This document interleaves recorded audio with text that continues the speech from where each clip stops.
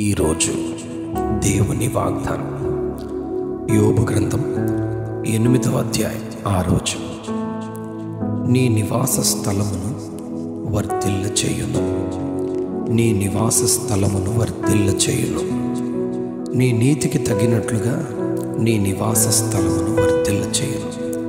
యథార్థవర్తనుడు న్యాయవంతుడు దేవుని యందు భయభక్తులు కలిగి చెడుతనము విసర్జించి తన 10 మంది పిల్లలతో 7 కుమారులు 3 కుమార్తెలతో నిత్యము అరుణోదయమున ఒక్కొక్కరి నిమిత్తం దహన బలులు అర్పించుచున్న దేవుని సేవకుడైన యోబును గూర్చి ఎంతో గొప్పగా దేవుడు సాక్ష్యమిస్తున్న చరిత్రను యోబు గ్రంథంలో మనం గమనిస్తాం.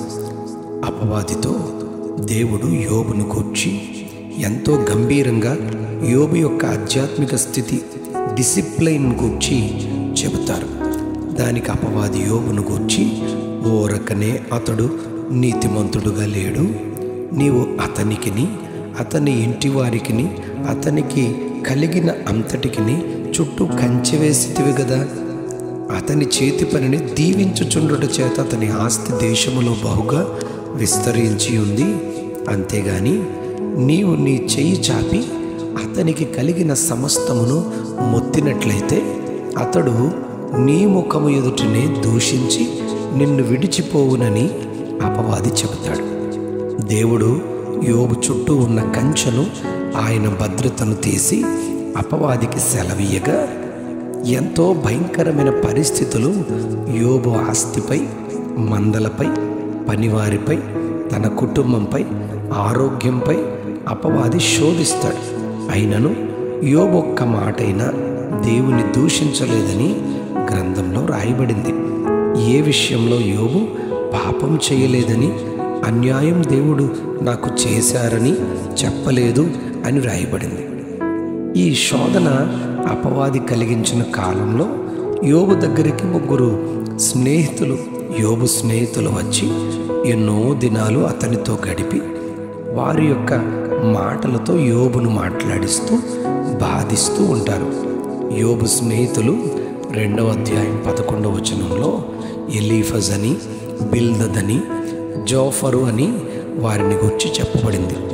ఈ 8వ అధ్యాయం 6వ వచనంలో మనం ధ్యానిస్తున్న ఈ మాట బిల్దదు యోబుతో మాట్లాడతారు.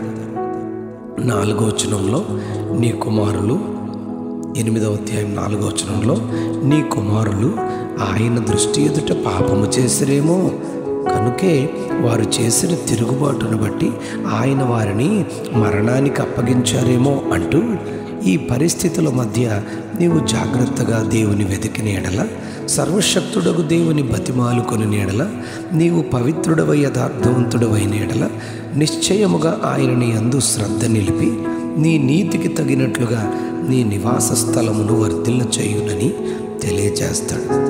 మన నివాస స్థలం వర్ధిల్లుచూ ఉండాలంటే మనం ఆచరించే ఆచారాల వలన కానీ, మనం పాటించే కొన్ని వాస్తు నియమాల వలన కానీ, మనము ఇండ్లకు కట్టే వాటి వలన కానీ, మన చేతులకు కాళ్లకు పెట్టుకునే వాటి వలన కానీ, ధరించే వస్త్రాల వలన ఏమాత్రం కలగదు.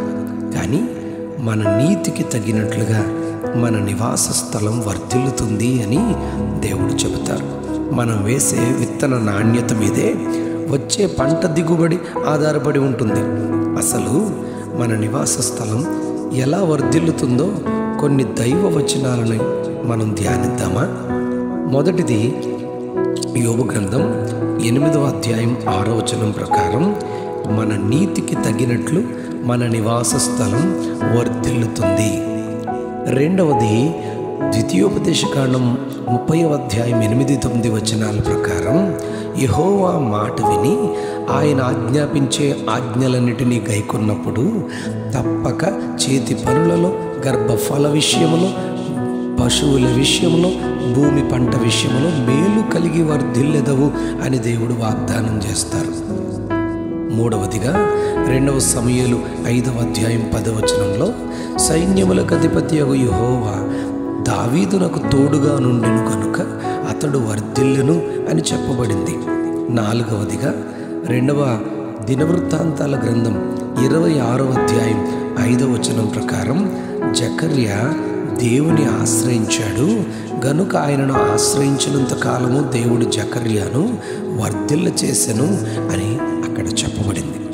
5వదిగా యోబు గ్రంథం 8వ అధ్యాయం 6వ వచనంలోను, అలాగే సామెతల గ్రంథం 2వ అధ్యాయం 7వ వచనంలో కూడా ఆయన యథార్థవంతులను వర్ధిల్ల చేయును అని బిల్దదు చెప్తాడు, సొలొమోను కూడా చెప్తారు. 6వదిగా సామెతల గ్రంథం 28వ అధ్యాయం 25వ వచనం ప్రకారం యెహోవా యందు నమ్మకముంచేవాడు వర్ధిల్లుతారు అని చెప్పబడింది. చివరిదిగా 7వదిగా 3వ యోహాను రాసిన పత్రిక 1వ అధ్యాయం 2వ వచనంలో, ప్రియుడా నీ ఆత్మ వర్ధిల్లుచున్న ప్రకారము నీవు అన్ని విషయములలో వర్ధిల్లుచు సౌఖ్యముగా ఉంటావని దేవుడు వాగ్దానం చేస్తాడు.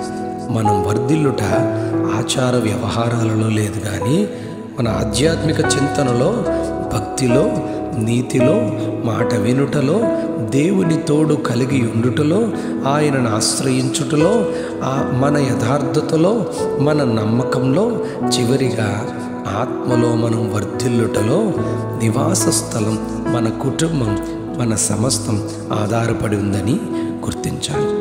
ఇప్పుడు నీ నివాస స్థలం వర్ధిల్లుతుంది, ఇప్పుడు వర్ధిల్లుతుంది. అట్టి కృప సృష్టికర్త అయిన దేవుడు మనకు దయచేయునుగాక. Amen, amen, amen. నీ నివాస స్థలమును వర్ధిల్ల చేయునుగాక. నీ నివాస స్థలం